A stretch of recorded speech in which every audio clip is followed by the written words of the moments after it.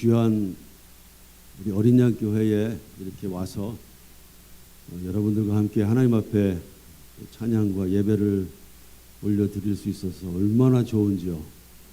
주님의 이름으로 여러분들 축복합니다. 오늘 그 제목이 조금 거창하죠. 포스트 모던의 예수, 이슬람의 예수. 자, 중세 그러면 여러분 그 문예부흥 시대, 르네상스 시대 그렇게 생각이 나죠.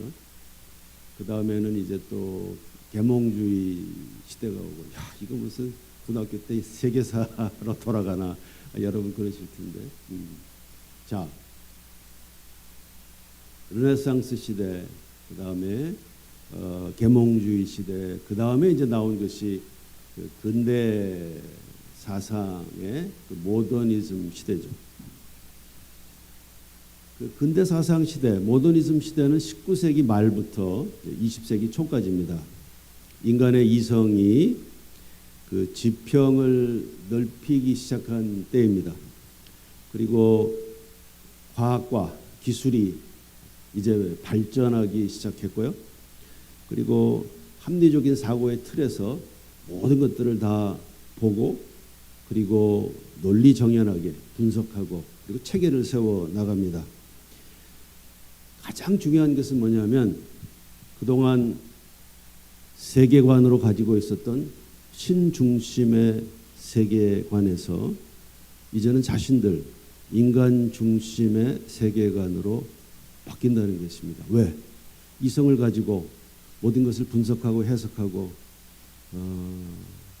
다 보니까 할 수 있을 것 같아요. 그래서 인간들에게 찾아온 마음이 뭐냐면 이제는 우리가 할 수 있다. 우리가 이 지상에 유토피아를, 지상 낙원을 건설할 수 있다. 그런데 1차 세계대전이 뻥 터집니다. 2차 세계대전이 또 뻥 터집니다. 그리고 베트남 전쟁이 터지면서 젊은이들이 큰 혼란 가운데 들어갑니다. 과학과 그 산업의 발전의 후유증이 시작이 됩니다. 예를 들어서 이 오존층이 파괴가 됩니다. 따라서 지구가 온난화가 시작이 되고, 지구의 모든 환경들이 파괴가 되고, 물과 공기가 오염이 되고, 그리고 과학의 어떤 꽃이라고 이야기할 수 있는, 물리학의 꽃이라고 이야기할 수 있는 핵, 그 핵이 드디어 전쟁의 위협으로 인간들을 공포 가운데 몰아넣기 시작합니다. 인간이 한계를 느끼기 시작합니다. 유토피아의 그 모든 환상들이 다 깨집니다. 그리고 영원히 우리는 이 땅에서 원하는 대로 그렇게 모든 것을 다 추구하고 행복하게 살 것 같았는데, 인간의 모든 능력과 이성으로 다 될 것 같았는데 그게 아니란 말이죠. 따라서 그때 온 것이 바로 큰 혼란입니다. 이게 아닌데 이게 아닌데. 모더니즘의 결론은 뭐냐면 이게 아닌데 이게 아닌데. 그래서 이게 아닌데 이게 아닌데 그러다 보면 그럼 우리는 어떻게 해야 되나 큰 혼란으로 시작한 것이 바로 포스트 모던입니다. 포스트 모던의 기본 틀이 세 가지가 있습니다. 포스트 모던이라는 건 모던 이후라는 것이죠. 혼란 이후에 이 세상에, 이 땅에 우리 인간들에게 큰 세 가지의 기본 틀이 이제 형성되기 시작했다는 것입니다. 몇 가지 틀이라고 그랬죠, 제가? 예, 여러분 제가 나쁜 사람 아니고 제가 뭐 그렇게 어려운 사람 아니니까 그냥 친숙하게 동네 아저씨로 받으시고 오늘 함께 하나님 앞에 예배드리시며 하나님 앞에 영광 올려드리는 저와 여러분 되시기를 주님의 이름으로 축복합니다. 자, 포스트 모던의 세 가지 큰 틀이 있어요. 넘겨주세요. 첫 번째 틀이 뭐냐 하면 상대주의입니다. 상대주의라는 것은 뭐냐면 이 그림에서 왼쪽에 있는 사람은 아래 놓여있는 숫자를 뭐로 읽어요? 예, 6로 읽잖아요. 6으로 읽잖아요. 오른쪽에 있는 사람은 뭐로 읽어요? 네, 9로 읽잖아요. 따라서 모든 것이 다 상대적이라는 것입니다. 왜 이와 같은 결과가 나타났는가? 모더니즘 시대에는요, 이성을 가지고 철학, 윤리, 그다음에 모든 것들을 다 이것이 최고의 길이야, 이게 진리야, 그게 자신 있게 나갔거든요. 그런데 그게 다 깨져버렸잖아요. 혼란 속에 들어갔잖아요. 이제는 자신이 없어요. 이제는 모든 것이 다 상대적인 것입니다. 뭐가 맞는지, 뭐가 틀린 건지 모르겠어요. 뭐가 절대적인 것인지 모르겠어요. 그래서 윤리, 종교, 예술, 건축, 문학, 삶의 방식 가운데 절대적이었었던 어떤 가치관 또는 세상을 살아가는 데 있어서 모름지기 이렇게 살아야 한다 하는 윤리관 또는 세상관, 세계관 이런 것들이 다 깨져 버렸습니다. 그래서 예를 들어서 동성애 또는 성전환에 대해서 요즘 젊은이들에게 한번 거기에 대해서 여러분 토의를 해보시면 뭐라고 이야기를 하느냐 하면, 목사님, 저는 동성애가 옳지 않다는 것 저는 압니다. 저는 성전환이라는 것, 하나님이 저에게 주신, 처음부터 태어날 때 성을 주셨는데 그것을 그렇게 바꾼다는 것은 맞지 않습니다. 그러나 나는 식스로 보지만 내가 그것을 상대방에게, 내 친구에게 강요할 수는 없습니다. 왜냐하면 모든 것이 다 상대적이기 때문에 그렇습니다. 그게 바로 포스트 모던에 있어서 가장 중요한 세 가지 틀 중에 첫 번째 틀이에요. 모든 것들을 다 이제는 자기가 처한 상황 가운데에서 자기가 선택하는 것입니다. 따라서 여러분 중요한 게 뭐냐? 모든 것이 다 상대적이기 때문에 가장 중요한 것은 뭐냐면 절대적인 게 없다는 거예요. 절대적인 진리라는 것을 거부합니다. 절대적인 것을 거부하는 이 포스트 모던의 이 젊은이들에게 다음에 나와 있는 성경의 말씀을 우리가 나누고자 이렇게 갖다 댔을 때 그들의 반응이 어떨까요? 한번 넘겨주실래요? 우리 주님이에요. 주님께서 이렇게 말씀하셨어요. 요한복음 14장 6절에 저와 여러분들 함께 읽어보겠습니다. 시작. 내가 곧 길이요 진리요 생명이니 나로 말미암지 않고는 아버지께로 올 자가 없다. 이것보다 더 절대적인 선포가 어디 있겠어요? 주님께서 뭐라고 말씀하시느냐면 절대적으로 내가 길이라는 거예요. 절대적으로 내가 진리라는 거예요. 절대적으로 내가 생명이고 절대적으로 나만을 통해서 아버지에게 가고 구원받을 수 있다는 것입니다. 따라서 이 절대적인 이 선포의 이 말씀을 포스트 모던을 살고 있는 특별히 젊은이들에게 갖다가 댔을 때는 그들은 뭐라고 이야기하느냐면 이건 너무 이건 안 돼요. 왜? 그들의 속에는 뭐냐면 모든 게 다 상대적이기 때문에 상대방에게 강요할 수 없다는 것입니다. 그래서 이 포스트 모던을 살고 있는 현대인들에게, 특별히 젊은이들에게 복음을 전하기가 그렇게 어려운 것입니다. 두 번째 틀은 뭐냐 하면, 넘겨주실래요? 모든 것이 다 상대적이기 때문에 잘 보세요. 모든 것이 다 상대적이기 때문에 절대적으로 옳고 절대적으로 틀린 것이 있다 없다? 있을 수 없어요. 절대적인 기준이 없는데 나는 6이지만 상대방은 9인데 따라서 내가 이것이 당연히 옳은 것이고 이렇게 가야 된다 그렇게 이야기할 수 없다는 거예요. 자, 따라서 삶에 있어서 옳고 그름을 이야기할 수 없기 때문에 현대인들은 살아가면서 무엇을 내가 할 때, 무슨 행동을 저지를 때 이게 옳은 것인가? 이게 잘못된 것이 이런 거 안 따져요. 왜? 상대적인데. 그래서 현대인들이 살아가면서 행동의 가장 기준이 되는 게 뭐냐 하면 옳고 그런 게 아니라 내가 원하면 하는 거예요. 내가 하기 싫으면 안 하는 것입니다. 요즘 젊은이들이 만났어요. 보니까 서로 좋아. 예전 같으면 그런 게 어디 있어? 아이고 결혼하고 살아야지. 맞습니까? 예, 결혼 안 하고 어떻게 살아요? 근데 요즘에는 절대적으로 결혼하고 살아야 된다는 그 이유가 어디 있냐 이거예요. 부모님들이 그거는 죄악이야 그러면 죄악이 당신한테 죄악이 있지 나한테 죄악이 아니라는 거예요. 따라서 두 번째 가장 큰 틀이 뭐냐면 감성주의. 내 감정에 따라서 내가 원하는 대로 그렇게 살아가는 것입니다. 여러분 이 저기 앞에 뭐가 보이시죠? 질문이 어려워요? 이거 뭐예요?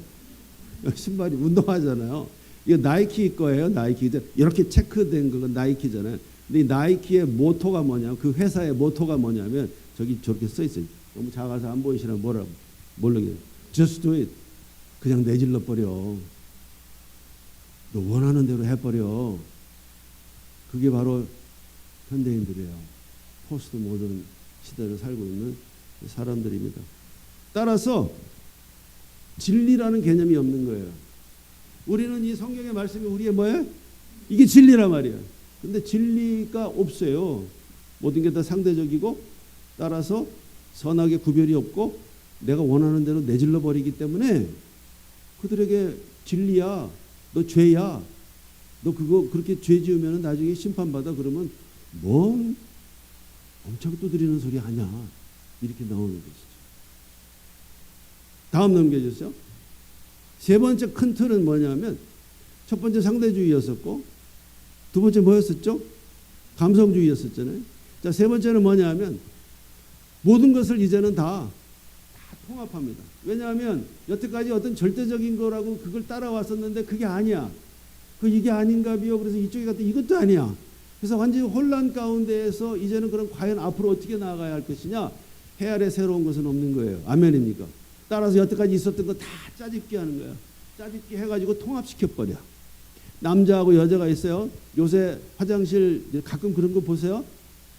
오대저 스타벅스나 이런 데 가도 다 보니까 남자 여자 화장실 따로 있지 않고 어떻게 요새 다 합치죠. 두 개가 있는데도 두 개 다 남녀 공통으로 써요. 남자하고 여자의 이제 구별을 이제는 하지 않습니다. 그래서 유니섹스라고 그러잖아요. 예, 그리고 학교에서도 이제 그쪽으로 지금 다 가고 있어요. 자, 그 다음 넘겨주세요. 옷을 파는 데 있어서 남자의 옷하고 여자의 옷이 별로 구별이 없어져. 네, 다 이제 하나로 다 통합하는 것이죠. 다음 넘겨주세요. 여러분 이미 우리 속에 다 들어와 있어요. 파페라라는 거, 팝송과 오페라가 다 합쳐가지고 파페라가 돼 있죠. 넘겨주세요. 열린 무대 아십니까? 예, 열린 무대. 예, 저도 열린 무대 많이 좋더라고요. 열린 무대에 보면은 이렇게 오페라 가수가 탁 오페라 뭐라 그래? 아니 성악 하시는 분이 클래식 성악 하시는 분이 딱 서가지고 뭐 막 이렇게 하잖아요. 근데 그 바로 다음에 나오시는 분은 뭐예요? 유행가 아주 유명하신 분이 또 나와서 또 하시잖아요. 그러니까 한 무대에서 한 장르에서도 다 섞여 있어요. 이미 우리 속에 이미 다 들어와 있습니다. 넘겨주세요. 여러분 이게 뭔가 하면 가운데는 그 가래떡 비슷한 우리나라 그 떡이에요. 떡. 근데 떡을 싸고 있는 건 뭐죠? 베이컨이잖아. 예, 음식도 이제는 다 동양과 서양이 만나요. 퓨전이라고 그러죠. 퓨전. 다 섞이고 있습니다. 넘겨주시고. 햄버거. 저쪽에 뭐 어디 서쪽에서는 이게 히트를 쳤다고 그래요. 이 햄버거 아니면 핫도그인데 그 위에다 불고기를 얹어가지고. 예. 그래서 한국의 고유 음식과 미국의 이 빵이 이게 만나는 거예요. 그래서 이게 다 세 번째, 이 포스트 모던에서 세 번째 이 특징이 뭐냐면 다 혼합주의입니다. 자, 이 포스트 모던의 이 시대에 정신운동이 일어납니다. 이 정신운동이 뭐냐면 소위 여러분들이 알고 있는 뉴에이지 운동이에요. 들어보셨어요? 그 뉴에이지 운동. 새로운 세대, 신세대, 새로운 세계, 신세계 그 운동이 이제 일어납니다. 그리고 이 뉴에이지 운동이 현대인들에게 있어서 많은 자들에게는 그것이 그들의 종교가 되어버렸어. 자, 이 뉴에이지 운동에 대해서 잠깐 제가 소개를 하면 이렇습니다. 여기 앞에 나와 계신 이분이 여러분들이 지금 살고 계신 그 뉴욕에 이 양반도 살았어요. 이 양반이 아마 러시아에서 이민을 오신 것 같은데 1900년대 초에 이 헬레나 블라바츠키라는 이분이 어떤 학회를 만듭니다. 그 학회의 이름이 뭐냐면 그 Theosophical Society, 우리나라 말로는 신지학 협회라고 이렇게 해석이 되어 있는데 그 의미는 뭐냐면 최고의 진리, 최고의 지혜를 찾아서 만나는 거예요. 최고의 지식과 최고의 지혜, 어떤 최고의 절대 존재, 그걸 만나서 연결하고자 하는 것, 그것이 이제 Theosophical Society인데, 이 신지학협회가 이 뉴에이지 운동의 시발점입니다. 그러면은 이 신지학협회는, 여러분 오늘 참 예배 희한하다. 제가요 여러 가지 이렇게 그 설교 이렇게 그걸 쭉 보다가 기도하다가 어린양교회는 내가 이걸 가지고 가야 되겠다. 왜냐하면 우리 뭐 박윤선 담임 목사님 영성이 너무 깊으셔서 제가 영성에 대한 거 얘기할 수도 없고 뭐 성경에 대한 건 여러분들 다 아실 거고, 그래서 제가 오늘 이 포스트 모던과 이슬람에 대한 이 말씀을 여러분들과 나누는 거예요. 넘겨주실래요? 잘 보세요. 이 신지학협회의 심볼이에요, 심볼. 근데 안에 이렇게 유대교 이게 있고 다윗의 별이 있고 보이세요? 그 위에는 이게 뭐예요? 어떤 사람도 이게 나치라고 그러는데 나치는 아니고 불교 그게 있죠. 그 위에는 뭐예요? 힌두교의 하는 거네. 그 사람은 하네. 이게 뭐 종교를 갖다 가지고 어떻게 한 거예요? 합치는 거예요. 혼합하는 겁니다. 그래서 지금 이건 뭐 다른 얘기지만 기독교에도 다 지금 종교다원주의가 다 들어와서 영향을 미치잖아요. 다 합치는 거예요. 그 다음에 그 영어에 보면은 There's no religion higher than truth. 이 이야기는 뭐냐면 여태까지 기독교가 이 서구 세계를 주도해 왔고 여러 가지 이 서구 세계의 철학이 기독교를 바탕으로 해서 여태까지 이렇게 계속 발전해 왔지만, 그러나 그것이 어떤 절대적인 진리는 아니라는 것을 이렇게 쓴 거예요. 더 놀라운 사실은 이 심볼에 있어서 이 테두리가 있어. 테두리가 뭐예요? 뱀이죠. 옛뱀. 그게 뭐죠? 성경에서는 사단이죠. 다시 말해서 뉴에이지 운동의 시작인 Theosophical Society에서는 기독교를 부정하는 거예요. 절대 진리라고 기독교에서 이야기하는 예수 그리스도를 부정하는 것입니다. 오직 그 길만이 하나님에게 나아가는 구원의 길이라는 것을 부정하는 것입니다. 그러면서 그들은 모든 것을 다 통합해서 거기에서 뭔가 새로운 그와 같은 길로 나가는 것이죠. 제가 이 뉴에이지 운동에서 그 추구하고 있는 그 목표는 제가 말씀드리고 두 가지예요. 하나는 뭐냐면 세계의 평화입니다. 전 세계가 우리가 함께 평화롭게 공존해야 된다는 거예요. 종교도 그렇고 뭐 이 종교 저 종교 다 서로 다 우리가 함께 통합해서 서로 이해하고 나누고 함께 가자는 것입니다. 두 번째는 뭐냐면 인류의 궁극적인 구원이에요. 우리 인간들은 과연 영원히 살 수 있을까? 영원히 사는 길은 뭘까? 그것이 그들의 궁극적인 목표입니다. 자, 그래서 포스트 모던에서는 모더니즘을 다 부인한다고 그랬었잖아요. 따라서 이들에게 있어서 서양 종교와 동양 종교를 다 통합해서 새로운 사상을 도출하는데, 이들에게 있어서 지금 보다시피 힌두교라든지 또는 불교라든지 이런 데에서 어떤 선이라는 거 아세요, 여러분? 돛 닦는 거 있잖아요. 그런 것을 참선을 하고 요가를 시행하고 또는 자기 마인드 컨트롤을 하면서 그 속에서 자기가 태어날 때부터 갖고 있는 어떤 신성의 씨가 있어. 씨앗이 있어. 어떤 신성의 씨앗이 있다고. 그리고 사람은 태어날 때부터 죄인이라는 것을 정면으로 부정한단 말이죠. 그죠? 내가 왜 죄인이야? 상황이 그렇게 나를 만든 것뿐이지. 따라서 내 속에는 선한 게 있어요. 성선설이야. 그리고 내 속에 태어날 때 신성이 있어. 내가 그걸 자꾸 개발하는 거예요. 내가 개발하는 겁니다. 그래서 요가가 있고 도 닦는 것이고 마인드 컨트롤을 하고 이런 걸로 자꾸 하면서 이 우주의 어디엔가 있는 절대적인 존재가 기독교에서 말하는 여호와 하나님이 아니에요. 그게 뭐 어떤 그 어떤 큰 에너지가 될 수도 있고 뭐가 될 수도 있고 뭐든지 간에 여하튼 간에 뭔가 절대적인 뭔 존재가 있다. 그 절대적인 존재는 영원히 존재하는데 내가 스스로 도를 닦아서 내가 그 절대적인 존재와 연결이 되면 나는 그 절대적인 존재, 소위 말해서 신이라고 부르는 그 절대적인 존재의 부분이 되는 것이고 나는 그 절대적인 존재와 함께 영원히 사는 것이다. 그게 바로 포스트 모던에서 지금 추구하고 있는 것입니다.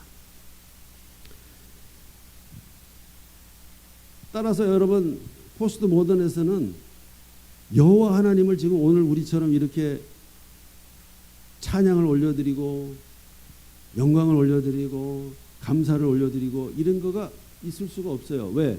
그들에게 있어서는 자기 자신이 뭐가 되는 게 꿈이에요? 신이. 그게 얘기하세요. 그냥 신이 되는 게 그게 꿈이라고. 그리고 그게 가능하다고 믿는 거예요. 따라서 포스트 모던에서는 신을 자기가 찬양 안 해. 왜? 자기가 신이 돼야 되니까. 이해가 되십니까? 얼마나 지금 우리하고 다른 세상 속에 우리가 들어와 있는지 여러분 아셔야 돼요. 인간의 목표는 구원받고 하나님한테 영광 올려드리는 이런 예배가 아니고 내가 신이 되는 거예요. 따라서 기독교의 절대 신 여호와 하나님을 그들은 인정 안 한단 말이에요. 인정할 수가 없어요. 여기에서는 뭐냐면 우리는 다 죄인이야. 우리는 아무 소망이 없어. 그래서 소망이 없기 때문에 우리는 다 하나님 앞에 심판받고 영원한 불못에 들어가야 되는데 은혜의 하나님께서 자비의 하나님께서 우리에게 누굴 주셨다? 예수 독생자를 주셨다고. 우리는 예수 독생자 예수 그리스도를 끝까지 붙잡아야 돼. 아멘입니까? 예, 그분밖에는 길이 없는 거예요. 그런데 현대 포스트 모던에서는 그게 아니라는 것이지. 그들은 자기 자신들이 죄인이라는 것을 인정할 수가 없기 때문에 그리고 자기 속에 가능성이 있기 때문에 그걸 붙잡는 거예요. 그리고 이 우주의 주인공은 여호와 하나님이 아니고 누구야? 자기 자신이에요. 그게 지금 이 세상이에요. 그러니 여러분 그 속에 들어가셔서 전도하셔야 돼요. 쉽지 않지요. 그죠? 그래서 세상이 여러분들을 미워합니다. 몇 년 전까지는 괜찮았는데 언제서부턴가요? 쇼핑몰에 가가지고 여러분 그냥 전도지 나눠주는 게 아니라 사형리를 가지고 옆에 딱 붙어갖고 이렇게 그 복음을 전하면 어느새 시큐리티 가드가 와요. 하지마. 그리고 하지 말라고 그래서 말 한 번 더 말 안 들으면 나가라 그래요. 나가라 그러는데 한 번 더 안 나가죠. 그러면 그 사람들 누구 부르는지 아세요? 경찰 불러요. 제가 다 경험했거든. 때가 지금 그런 때. 세상이 여러분들을 미워합니다. 주께서 말씀하셨어요. 세상이 너희들을 미워한다. 왜? 세상이 이미 나를 먼저 미워했다고 하셨어요. 여러분 우리가 하나님으로부터 구원받았잖아요. 너무 감사하잖아요. 근데 주께서 말씀하시기를 내가 너희들을 은혜로 구원시켜줬는데 그게 끝이 아니래요. 너희들은 또한 그리스도와 함께 뭐더? 고난도 받아야 하리라. 장차 우리가 하늘나라에 가서 받을 그 영광은 지금 우리가 받는 고난과는 좋게 비교가 되지 않는다. 이거 다 알거든. 근데 고난이 어디 있어 지금? 고난이 어디 있어? 고난은 없잖아요. 우리의 지금 이 현대 기독교인들의 사전에 고난이라는 단어는 지워졌잖아. 없어진 지 오래잖아.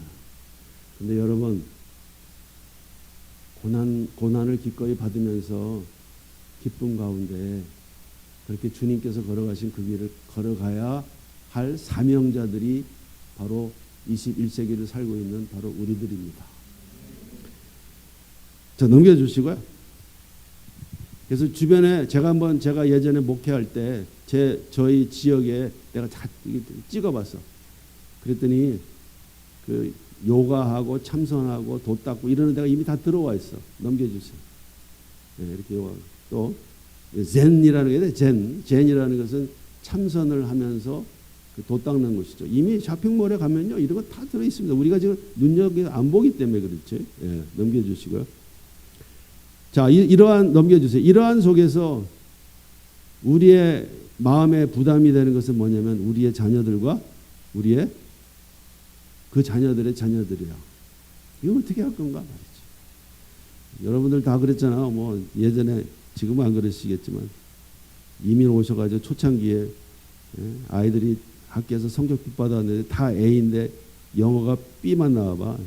너 B 맞아? 너 내가 한 번만 더 기회 주는데 너 다음에 이거 A로 안 바꾼 말이지. 너 나 안 본다. 그러셨잖아. 예, 그런데 여러분 그런 게 문제가 아니고요. 그들에게 예수가 정말 심겨져 있는 거 아닌가. 그게 중요한 거다.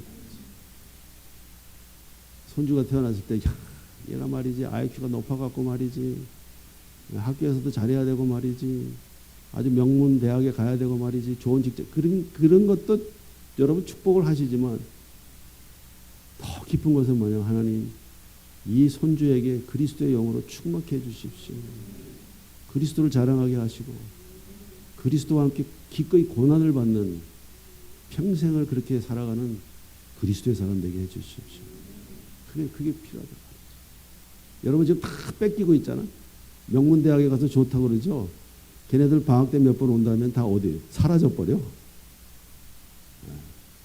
대화가 안 통한다고 그러지. 영어가 안 돼서 우리가 안 통하는 게 아니라 이제 사상이 달라진단 말이죠. 과연 이 속에서 어떻게 해야 할 것인가. 넘겨주시고 로마서 3장 10절 11절 함께 읽겠습니다. 시작. 기록된 바 의인은 없나니 하나도 없으니 깨닫는 자도 없고 하나님을. 자, 이제는 이 말씀을 보시면 이게 다 그림이 그려지시죠. 이 포스트 모던을 살고 있는 이 사람들, 특히 젊은이들은 이게 씨가 안 먹히는 거야. 예, 그 다음 다 치우쳐 함께 무익하게 되고 선을 행하는 자는 없나니 하나도 없도다. 그들의 눈앞에 하나님을 두려워함이 없느니라 함과 같으니라. 그러니까 이 성경은 우리에게 말씀하시는 게 뭐냐면 너는 죄인이다. 이게 너는 죄인이기 때문에 구세주가 필요하다. 이게 넘겨주시고 19절 시작. 우리가 알거니와 모르 율법이 말하는 바는 율법 아래에 있는 자들에게 말하는 것이니 이는 모든 입을 막고 온 세상으로 하나님의 심판 아래. 성경은 우리에게 뭐라고 말씀하시느냐면 예수 그리스도를 못 만나면 하나님의 진노의 심판에 앞에 설 수밖에 없다고 이야기를 합니다. 우리에게 그렇게 메시지를 주시는 거예요. 넘겨주시고 기독교에서는 하나님께서는 우리에게 예수 외에 골고다 언덕에 높이 세워져서 그곳 십자가에 달리신 예수 그리스도 그분 외에는 길이 없다는 거예요. 따라서 여러분 이것을 타협하시면 안 됩니다. 자녀들에게도 손주들에게도 눈을 크게 뜨고 이거를 기회가 있을 때마다 말씀하셔야 돼요. 여러분 주변에 있는 직장에 있는 동료들에게도 말씀하셔야 됩니다. 또한 아이들의 친구, 아이들의 부모님들에게도 이걸 말씀을 하셔야 돼요. 그런데 넘겨주세요. 이게 쉽지 않다는 거예요. 이 사람들은 다 모든 게 상대적인 거예요. 당신은 그렇게 구원받아. 나는 아니야. 그게 바로 지금 현 시대입니다. 넘겨주시고요. 사형리에서 보시면 이제 그 사단에 대해서 여러분들과 잠깐 나누기를 하며 사형리에서 제일 먼저 나오는 게 뭐냐 왼쪽에 있는 거죠. 예수 안에 아직 들어가 있지 않은 하나님의 자녀로서 부르심을 받지 못한 그 사람들의 상태는 뭐냐면 자기 인생의 가운데 중심 주인 자리에 자기가 앉아 있어. 자기가 원하는 대로 다 하는 것이죠. 그런데 불완전하고 죄인이고 그리고 이 상처투성이인 자기 자신이 자신의 인생을 그렇게 끌고 가다 보면 결국은 다 실패하고 그리고 모든 것들이 다 혼란에 빠지고 그리고 좌절하고 자살하고 이혼하고 뭐 원한 관계에 들어가고 다 그런단 말이죠. 그래서 기독교에서 이야기하는 것은 뭐냐면 당신은 주인이 필요합니다. 당신은 구세주가 필요합니다. 그분의 이름은 예수 그리스도고 그분을 오늘 영접하십시오. 그거잖아요. 그럼 영원히 산다 말이죠. 그런데 넘겨주세요. 그런데 말이지 이 포스트 모던에 있어서 이걸 갖다가 혼란스럽게 하고 끝까지 막는 놈이 있어. 창세기 3장 4절과 5절에 보면 4절 함께 한번 천천히 읽겠습니다. 시작. 뱀이 여자에게 이르되 너희가 결코 어이고 보십시오. 뱀, 이 사단이 용이 옛뱀이 여자에게 이르되 하와한테 이르되 너 결코 어떻게 포스트 모던에서도 그렇게 이야기를 해요. 너 결코 안 죽어. 절대적인 어떤 존재하고 연결만 되면 너는 결코 안 죽어. 너 신이 될 수 있어. 그게 바로 5절이에요. 시작. 너희가 그것을 먹는 날에는 너희 눈이 밝아져 하나님과 같이 되어 선악을 알 줄 하나님이 아시는. 뱀이 계속 얘기하는 것은 뭐냐? 너 안 죽어. 그리고 너 신이 될 수 있어. 넘겨주세요. 이 뱀이 누구냐 하면 자 요한계시록 12장 9절에 보면 시작. 큰 영이 내쫓기니 옛뱀 곧 마귀라고도 하고 사단이라고도 하고 온 천하를 꿰는 자 그가 땅으로 내쫓기니 그의 사자들도 그와 함께 내쫓기니라. 하나님께서 이 창세기 1장 1절에 있는 이 천지를 창조하시기 이전에 영계를 창조하셨단 말이에요. 영계가 있어요. 영계의 모든 창조물들 가운데 걸작품이 있잖아요. 미가엘 천사장, 그 다음에 가브리엘 천사장, 그 다음에 또 하나 더 있죠. 누구예요? 별로 참 이게 입에다 담기 싫은 그 루시퍼 천사장.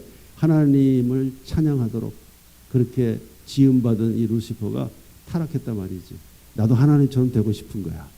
내가 하나님 되고 싶은 거야. 내가 찬양만 올려드리는 게 아니라 내가 찬양받고 싶어. 영원히. 그래서 타락했어요. 그래서 영계에서 전쟁이 일어나고 이 타락한 이 루시퍼가 이 패배하고 쫓겨서 내려온 것이 바로 이곳이야. 그래서 온 천하를 깨던 자가 땅으로 내어 쫓겨 들어왔단 말이죠. 넘겨주세요. 주님께서 분명하게 말씀하셨어요. 주님께서 이 땅에 오신 이유는 보시면 내가 온 것은 양으로 뭐를 얻고 생명을 얻고 그리고 더 이 땅에서도 풍성히 살게 하려 함이라. 축복하고. 그런데 사단은 이 타락한 이 천사는 이 도둑질하는 놈이야. 다 빼앗는 놈이야. 뭘 빼앗느냐? 우리의 영과 혼과 육과 우리의 모든 꿈과 우리의 모든 관계와 우리의 모든 사랑을 다 도둑질해버려. 다 뽑아내서 완전히 거렁뱅이로 만든다면 어떻게 하느냐? 죽여. 죽인 다음에 어떻게 하냐? 거기서 끝나지 않습니다. 완전히 자기가 들어가야 하는 영원히 들어가서 심판받아야 하는 불못에 좀 이따 나오겠지만 불못에 끌고 들어가. 그 무슨 작전이라고 그러죠? 그 물귀신 작전. 네, 물귀신 작전의 원조가 바로 이놈이야. 지 혼자 들어가면 되잖아요. 이걸 다 우리를 다 꼬드겨 갖고 너 안 죽어. 너 영원히 살아. 맞긴 맞지. 불못에 들어가서 영원히 사는 거잖아요. 넘겨주세요. 이렇게 양의 탈을 쓴 늑대 같은 놈이 이게 사단이라. 이게 지금 현대를 다 이 현대의 사상과 철학을 그리고 대학교의 모든 그 지성들을 다 붙잡고 있는 거야. 야, 그 목사님 좀 너무 원색적이다. 뭐 괜찮아요. 저도 전자공학 공부했거든요. 예. 뭐 이렇게 고상한 것만 공부한 거 아니에요. 저도 알 만큼 알아요. 그 세계가 어떤 세계인지 저도 안 되니까. 넘겨주시고. 이 사단의 운명은 이렇게 돼 있어요. 계시록 입장에 보시면 천년이 참에 이 말씀은 뭐냐면 천년 왕국이 마칠 때 이런 뜻이요. 천년 왕국이 마칠 때쯤 돼서 사단이 천년왕국 시작하기 전에 사단은 무적행 속에 갇혀 들어가요. 무적행 속에 갇혀 들어가서 1000년 동안 천년왕국이 주님께서 이 땅에 1000년 동안 직접 다스리실 때 무적행 속에 1000년 동안 갇혀 있다가 천년왕국이 끝날 때 사단이 그 옥에서 하나님이 잠깐 열쇠를 해서 열어주신단 말이에요. 그러니까 이놈이 8절에 보시면 일로 나와 지상으로 나와가지고 이 땅의 사방 백성 곧 곡과 마곡에서 미혹하여서 다시 전쟁을 하려고 그렇게 새를 부립니다. 그 수가 바다의 모래 같으리라. 넘겨주시고요. 바로 요놈이에요. 요놈. 넘겨주시고요. 그들이 지면에 널리 퍼져서 성도들의 진과 사랑하시는 성을 두루매. 천년왕국에 있었던 하나님 백성들하고 이제 전쟁을 하려고 이게 이제 놓여져 가지고 곡과 마곡에서 딱 준비할 때 그때 하늘에서 불이 내려와서 다 진멸시켜 버려. 그다음에 10절에 보시면 또 그들을 미혹하는 마귀가 불과 유황못에 어디로? 불과 유황못 이게 지옥이에요. 일로 들어가요. 그러니까 천년왕국 끝나고 전쟁을 한번 하려고 준비하고 하려고 이렇게 하다가 그대로 지옥으로 들어간단 말이에요. 그런데 그 지옥에는 이미 거기에는 짐승과 누가? 거짓 선지자가 이미 그 속에 들어가 있어. 천년왕국 전에 주님께서 이 땅에 오셔서 심판하실 때 짐승이라는 것은 적그리스도예요. 적그리스도하고 거짓 선지자들, 이 거짓 선지자들이 누구냐? 세계 평화를 외치면서 모든 종교들은 다 화합해야 된다고 하면서 예수 믿는 사람들 오세요. 저기 다른 거 믿는 사람들 다 오세요. 그냥 각자 믿고 함께 그냥 같은 데서 그냥 예배드려. 그렇게 해서 우리가 서로 다 이 땅에서 평화를 누리고 그렇게 살면 돼요. 그게 어디서부터 나오느냐? 거짓 선지자들로부터 나온단 말이죠. 적그리스도와 거짓 선지자는 천년왕국 되기 시작하기 전에 이미 불못에 들어가 있어요. 그리고 천년왕국이 지난 다음에 그때 이 악한 놈 우리의 철천지 원수인 사단이 그 속으로 들어가는 거야. 그리고 세세토록 천년 동안만도 아니고 만년 동안만도 아니고 세세토록 밤낮 얘는 거기서 괴로움을 받는 거예요. 지도 무섭지, 지도 싫지. 그러니까 자꾸 끌고 들어가는 거예요. 넘겨주세요. 이렇게 넘겨주세요. 여기 가면 안 돼요. 여기 안 가는 길은 한 가지밖에 없어. 뭐야? 예수 그리스도 그분만 붙잡으셔야 돼. 아멘입니까? 네. 우리 자녀들에게 줄 수 있는 건 뭐냐? 좋은 자동차, 또 좋은 유산, 집 다 주세요. 주님의 이름으로 축복합니다. 그러나 그것보다 더 중요한 게 있어. 아니 더 중요한 게 아니라 절대적으로 유일하게 중요한 거를 넘겨주셔야 된단 말이에요. 신앙을 넘겨주셔야 돼. 믿음을 넘겨주셔야 돼. 복음을 넘겨주셔야 돼. 예수 그리스도 그분의 물과 피 골고다 언덕에서 그분께서 다 살을 다 찢으시고 피를 쏟아내시면서 생명을 내어주신 그 복음 사건을 그리고 사흘 만에 부활하신 그 부활 사건을 넘겨주셔야 된단 말이에요. 그러면 여러분들 인생 성공한 거야. 자, 그래서 여러분 이제 보세요. 이렇게 우리가 예수가 얼마나 중요한가, 예수만이 길인 것을 우리가 딱 가지고 이제 성경을 보면 달리 보인단 말이야. 요한복음 17장 3절을 저와 여러분들이 한번 읽어보겠습니다. 시작. 영생은 오직 한 분이신 참 하나님을 알고 또 아버지께서 보내신 아버지하고 예수는요 같이 가야 돼. 그래서 주님이 말씀하셨어요. 아버지와 나는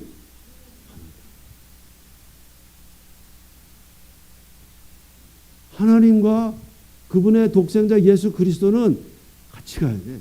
영생은 오직 한 분이신 참 하나님을 아는 것으로 되는 것이 아니라 하나님을 알고 하나님을 진정으로 알기 위해서는 그분께서 보내신 독생자 예수 그리스도를 아는 거다 말이지. 넘겨주세요. 제가 왜 이슬람에 대해서 여러분들과 나누고자 하느냐면 사단의 최고의 걸작품이 뭐냐면 이슬람이야. 그래서 이슬람에서는 한 가지는 깨뜨리기 위해서 무진장 애를 써. 여러분 사단이 깨뜨리려고 했었던 것은 누구죠? 예수 그리스도잖아. 이슬람에서도 깨뜨리고자 하는 한 가지가 있는데 그게 바로 뭐냐면 깨뜨리고자 하는 한 분이 있는데 그분의 이름은 뭐예요? 예수 그리스도. 넘겨주세요. 이게 꾸란이에요, 꾸란.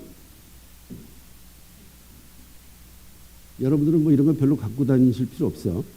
예, 제가 이제 중동에 들어갔다 나왔다 하면서 거기서 이제 몇 권을 샀는데 여기 보면 제가 여기다 표시를 해놨잖아. 여기 표시해 놓은 거를 이제 제가 여러분들하고 나눌게요. 요 속에 그대로 있는 거예요.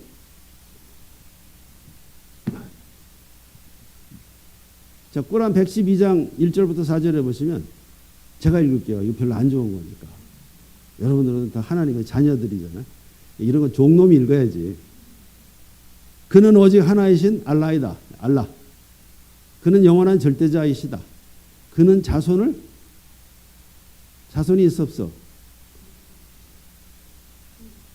독생자가 무슨 독생자야. 그분 자신이 출생하지도 않으셨다. 그 누구도 그분과 동등될 수 없다. 그다음 넘겨주세요. 알라는 우주의 모든 천지 만물을 창조하신 분이다. 그에겐 아내가 없으며 아내 없이 전지함을 가지고 모든 만유를 만드셨는데 아내가 없는데 어떻게 그에게 아들이 있을 수 있느냐. 계속해서 부정하는 건 뭐예요? 예수 독생자. 그분 외엔 길이 없다고 얘기하니까. 그리고 그들은 가장 자비로우신 분이 아들을 가지셨다고 말했다. 이렇게 말하는 자들은 참으로 뭐예요? 여러분들하고 저는 극악무도한 자들이야. 그러니까 기독교하고 이슬람하고 섞일 수 있다 없다. 여기 칼이 들어와도 여러분들은 아니라고 그러셔야 돼요. 에이. 제가 이거 5분만 더 해도 돼요. 그러니까 조금 제가 예전에 중동에 어디 갔는데 지하교회를 갔어요. 그런데 거기 이제 지하교회 지도자들이 이렇게 만나서 저녁에 만나서 이렇게 몇 시간씩 공부하고 나오고 그러는데 하루는 이렇게 가는데 말이에요. 이상해 기분이. 좀 쭈삣쭈삣하고 저쪽에 누가 있는 것 같아.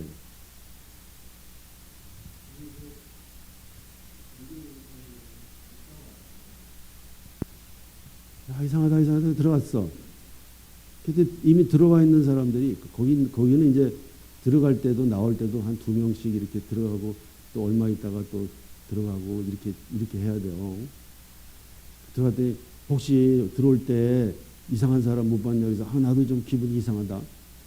조금 더 또 누가 들어오는데 그 사람들이 좀 누가 있는 것 같아 이러는 거예요. 아이고야 이제 들이닥치면 잡히는 거야. 응? 근데 외국인은 목은 안 쳐. 근데 6개월 정도 감옥에 살아야 돼. 그래서 이 사람들이 다 모여가지고 이제 어떻게 해야 이거 지금 바깥으로 빨리 나가서 다 흩어져? 아니면 뭐 잡힐 사람 잡히고 아니면 문 잠그고 여기서 그냥 이 기도하다가 어떻게 할까 그러면서 이 사람들이 최종 결정하는 걸 누구한테 물어볼까?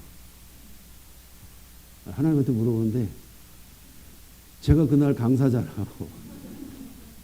어떻게 할까 저한테 물어봐요. 속으로 저도 나도 몰라요. 근데 여러분 어떻게 해야 될지 모를 때 우리가 나오는 말이 있지 뭐야? 기도합시다. 그러고서 이제 기도를 하는데 어떤 사람 벽 잡고 그냥 막 주여 막 어떤 사람 책상 밑으로 들어가서 막 주여 저는 속으로 주여 그러는데 제가 딱 그때 얘기한 건 이게 주님 제가 혹시 붙잡히면 6개월 동안 감옥에 살아야 되는데 예수 부인하지 않게 해주세요. 그렇잖아요. 그죠? 내가 예수 부인하면 다 끝나는 거 아니에요? 나에게는 예수예요. 예수. 이데 꼬란에서는 지금 얘기하는 게 보면 그들은 가장 자비로우신 분이 아들을 가지셨다고 말했다. 이렇게 말하는 자들은 참 극악무도한 지경에까지 다다른 것이다. 넘겨주세요. 꿀안에 계속 이게 나오는 게 계속. 가장 자비로우신 분에게 아들이 있다니 하늘은 터져 나오려고 하고 땅은 나뉘어서 열리려 하고 산들은 파탄 가운데 붕괴되려 하는구나. 가장 자비로우신 분이 아들을 가지셨다니 이는 결코 있을 수 없는 일이다. 이게 이슬람이고 그들이 가르치는 꼬란이요. 이 무슬림들은 태어나면서 무슬림이고 평생 이슬람 교육을 받고 무슬림으로 죽는 거예요. 넘겨주시고. 그런데 여러분 그 아들에 대해서 성경은 뭐라고 이야기하느냐고요. 성경은. 그것도 구약에서 이미 우리 다 알잖아요. 예수님에 대해서 다 나오잖아요. 잠언 30장 4절에 보시면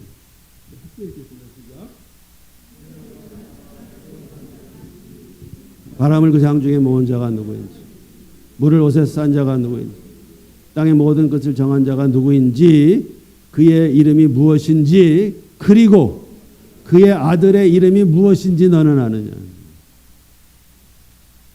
그냥 땅의 모든 것을 정한 자가 누구인지 너 알아? 그게 아니요. 그분과 함께 그분의 아들 독생자를 너 아냐 말이요. 그만큼 우리에게 예수 그리스도는 절대적인 것입니다. 넘겨주세요. 자, 그러면 이제 성경이 말이죠. 그냥 막 이게 들어와. 요한일서 2장 왜 이렇게 말씀하셨는지 시작. 거짓말하는 자가 누구냐? 예수께서 그리스도이심을 부인하는 자가 아니냐? 아버지와 아들을 부인하는 자가 저 그리스도예요. 아버지를 부인하는 그게 아니야. 아버지와 누구? 아들. 그래서 우리는 목에 칼이 들어와도 예수 그리스도를 부인하면 안 된단 말이야. 그분이 생명이야. 넘겨주세요. 23절 시작. 아들을 부인하는 자에게는 또한 아버지가 없어. 아들을 시인하는 자에게는 아버지가. 그러니까 하나님에게 가는 길은 한 가지밖에 없는 거야. 예수 그리스도 그분밖에 없는 거야. 넘겨주시고. 우리가 너무 잘 알아요. 요한복음 3장 16절. 하나님이 세상을 이처럼 사랑하사 그다음 뭐예요? 이는 그를 믿는 자마다 멸망치 않고 영생을 얻게 하려 했습니다. 독생자 그분밖에 없어요. 우리는. 그리고 이것을 우리는 온 천하에 그대로 선포하셔야 되고 타협하면 안 돼요. 넘겨주세요. 시작. 아들을 믿는 자에게는 영생이 있고 아들을 거부하는 자는 영생을 보지 못한다. 도리어 하나님의 진노가 그 위에 머물러. 그러니까 뭔 일이 있어도 여하튼 복음을 전하셔야 돼요. 아멘. 넘겨주시고. 자, 그 다음에 이제 몇 가지만 더 하고 이제 마칠게요. 이슬람에서도 예수님을 인정합니다. 꼬란에 보면 예수님이 나와요. 그리고 마리아의 아들로 나와 있어요. 그런데 그들에게 있어서 예수님은 하나님의 저기 뭐라고 돼 있어요? 그냥 많은 선지자들 중에 하나야. 사람이라는 겁니다. 하나님의 선지자 예수 그리스도를 우리가 살해하였다라고 그들이 주장하더라.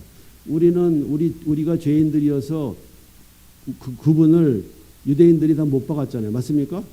십자가에 못 박았죠. 맞죠? 못 박았다. 우리 기독교인들은 그렇게 이야기하잖아요.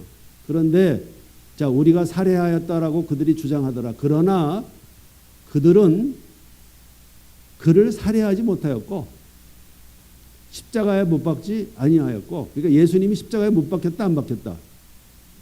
안 박혔다는 거예요. 여기서 이야기하는 것은 예수님은 하나님의 아들도 아니고 십자가에 못 박히지도 않았다는 거예요. 복음을 전면적으로 부인하는 겁니다. 이게 얼마나 무서운 영적 전쟁인지 아시겠습니까? 이제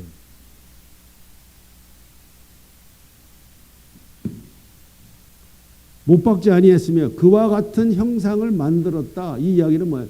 알라가 보니까 자기 선지자가 십자가에 못 박힐 것 같으니까 자기가 자비를 베풀어서 비스무리하게 생긴 사람을 대치해서 대신 달았다는 거예요. 그리고 여러분, 예수 그리스도가 십자가에 못 박히지 않았다는 것을 왜 이렇게 극구 부인합니까? 예수 그리스도께서 십자가에 못 박히시지 않고 물과 피를 쏟지 아니하시고 자신의 생명을 내어주시지 않았다면 우리에게 생명이 있다 없다. 이게 이게 꼬라는 사단의 최고의 걸작품이라는 이유가 바로 여기서 나오는 거예요. 이에 의견을 달리하는 자들은 의심할 따름이며 그들이 알지 못하고 그렇게 추측할 뿐이라. 그들은 그를 살해하지 않았다. 예수 죽지 않았다. 그 얘기예요. 넘겨주시고. 그러나 우리 성경은 뭐라고 이야기해요? 다른 복음 없어. 다른 복음 없어. 예수 그리스도의 십자가 사건과 부활 사건 외에 다른 복음 없어. 갈라디아서 1장 7절 시작. 다른 복음은 없나니 다만 어떤 사람들이 너희를 교란하여 그리스도의 복음을 편하게 하려 합니다. 8절. 그러나 우리나 혹은 하늘로부터 온 천사라도 우리가 너에게 전한 복음 외에 다른 복음을 전하면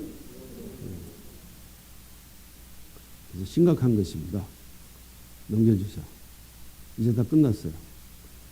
요한일서 3장 23절에 보시면 제가 이렇게 읽어보게요. 그의 계명은 이것이니 하나님을 잘 믿고 그가 우리에게 주신 계명대로 서로 사랑할 것이 이렇게 얘기되어 있지 않단 말이에요. 그의 계명은 이것이니 곧 뭐야? 그 아들 예수 그리스도의 이름을 믿어야 돼. 그 다음에 그가 우리에게 주신 계명대로 서로 넘겨주세요. 그래서 세상에 한 발, 교회 한 발, 예수 안에 한 발, 세상에 한 발. 아이고 뭐 난 예수 믿어. 나 예수 믿어. 나 예수쟁이라니까. 그런데 말이야. 뭐 꼭 그렇게 해야만 구원 있겠냐? 너는 그냥 그대로 살아라.